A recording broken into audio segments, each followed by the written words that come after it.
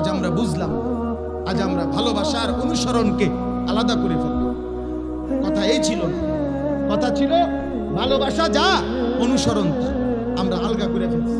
এই কাগজ, এই যে হ্যান্ডবিল, এটা এই পিঠ, একটা পিঠ, এটাই প্রমাণ করে এই পিঠ আছে।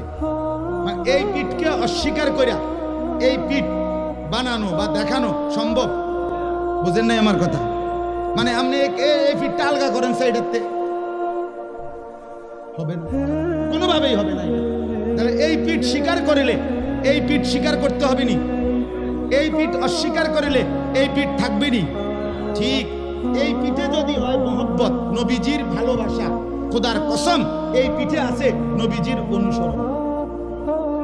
এই পিঠে যদি অনুসরণ থাকে তো এই পিঠে আছে নবীজির ভালোবাসা।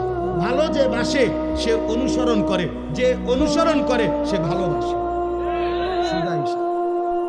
কাগজের এই পিঠ ওপিঠ, টাকার এই পিঠ ওপিঠ, পয়সার এই পিঠ ওপিঠ, হ্যাঁ এটাই বাস্তব। আমাদের কওমি মাদ্রাসার উলামায়ে কেরাম, দেওবন্দি উলামায়ে কেরাম যুগ যুগ ধরে আমরা এই কথাই বলে আসতেছি। আমাদের আকাবির আসলাফ পূর্বসূরীরা এটাই বলে আসছে। বিনিময়ে কেউ গালি দোক, নলে শিক্ষার দোক, কেউ যদি ডোল ফিটটাও গাইল্লা, কেউ যদি একেবারে মাইক নামাইয়াও গাইল্লা, তুই বেটা যদি গাইলেতে গেলে তো আমার বাপ দাদা 14 গোষ্ঠীরও গাইল্লাও, তারপরেও আমরা বলবো সুন্নাতের অনুসরণ ব্যতীত রাসূলের ভালোবাসা হয় না, হয় না, হয় না, দৈন্তান নয় কেন না।